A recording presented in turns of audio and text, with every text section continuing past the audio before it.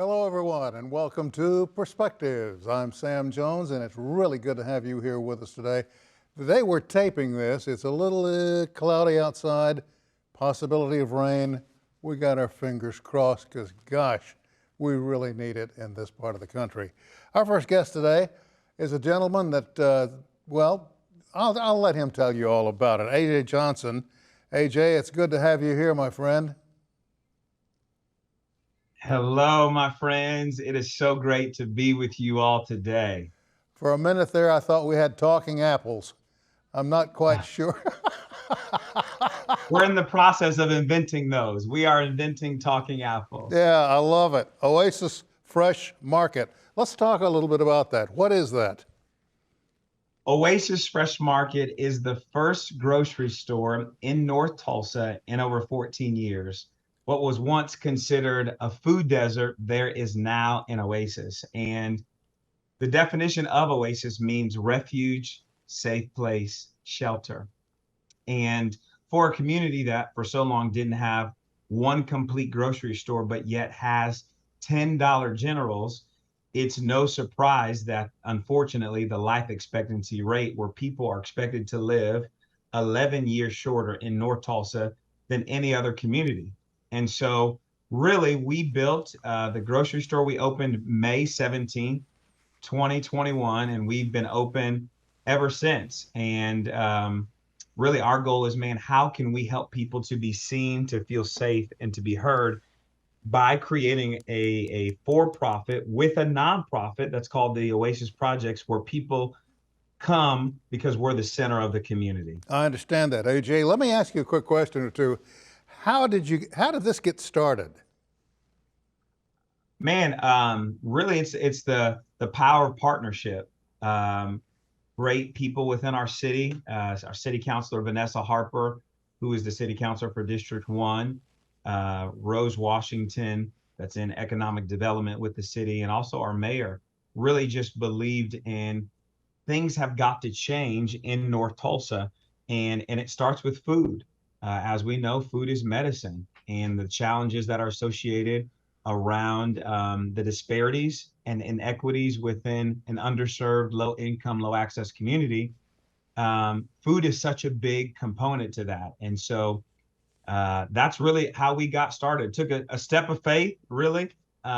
We built a brand new grocery store, 16,000 square feet in the middle of the pandemic.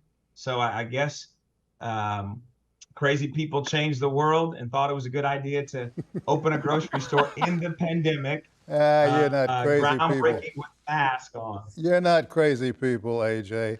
Uh, Everybody who's anybody in this town knows that it was a food desert for a long time. And so it's only fitting that should be called a food oasis. Have you gained nonprofit status yet? Yes, sir. We sure have. And not only that, as of yesterday, we have helped over 3,000 residents of North Tulsa get housing and utility assistance that happens right here at a grocery store through our nonprofit, the Oasis Projects. And so that's what's so powerful. You can get a gallon of milk. And as of yesterday, you were able to get help through August 31st with your rental assistance and utility assistance. Man, where can you go get all of that with a caseworker that's going to follow up and help you with mental health services if your children have needs? Where does that happen?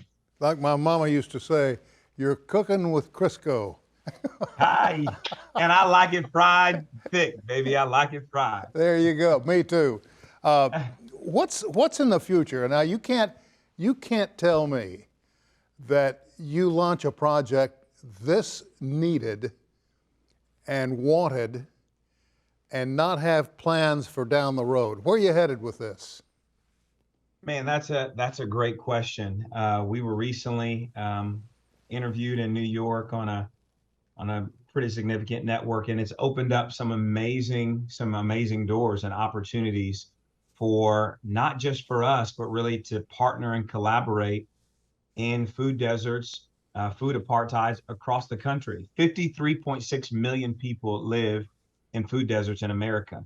And the majority of those, unfortunately, are minority Black and brown communities. And so we believe that the for-profit and the nonprofit component, public-private partnership, is the model as we go into different counties within Tulsa. 55 of the 77 counties in Oklahoma are food deserts. Well, let And me ask you so this, AJ, before you leave that thought, do you think the people of all of Tulsa and the surrounding areas are as aware of the historical significance of North Tulsa as they should be?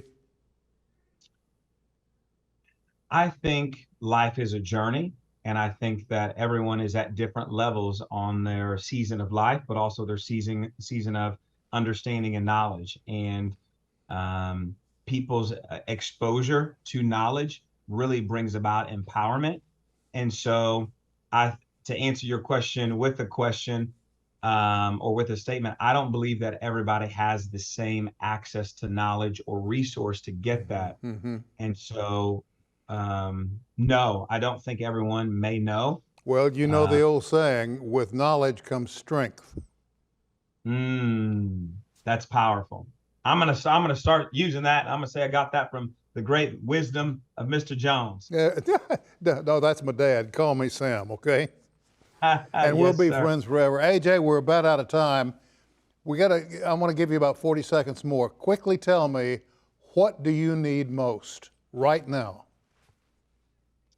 Man, really what we need most is the continued power partnership. Being the first generation business owner in my family, man, how can we partner to share the story of Oasis?